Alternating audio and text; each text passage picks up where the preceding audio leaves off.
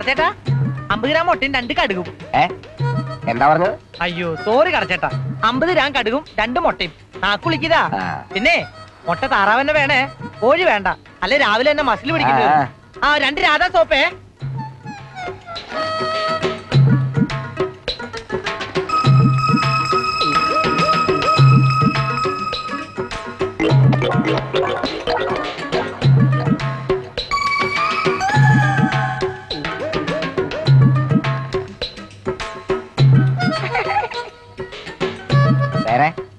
ഇന്ന് ഇത്രയും മതി, ധാരാളായി.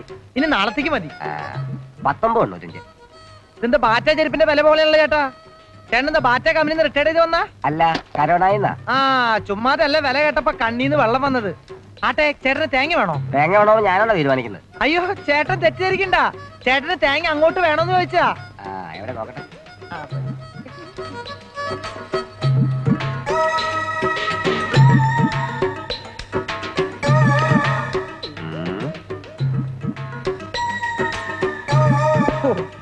നനവില്ലാത്ത ആരും വെള്ളം കുറവാ. കണ്ടാ, ഇത് ഞാൻ രാവിലെ ഒരു ബാർബറുടെ വീട്ടിൽ നിന്ന് വാങ്ങിച്ചതാ. ക്ലീൻ ഷേവാ.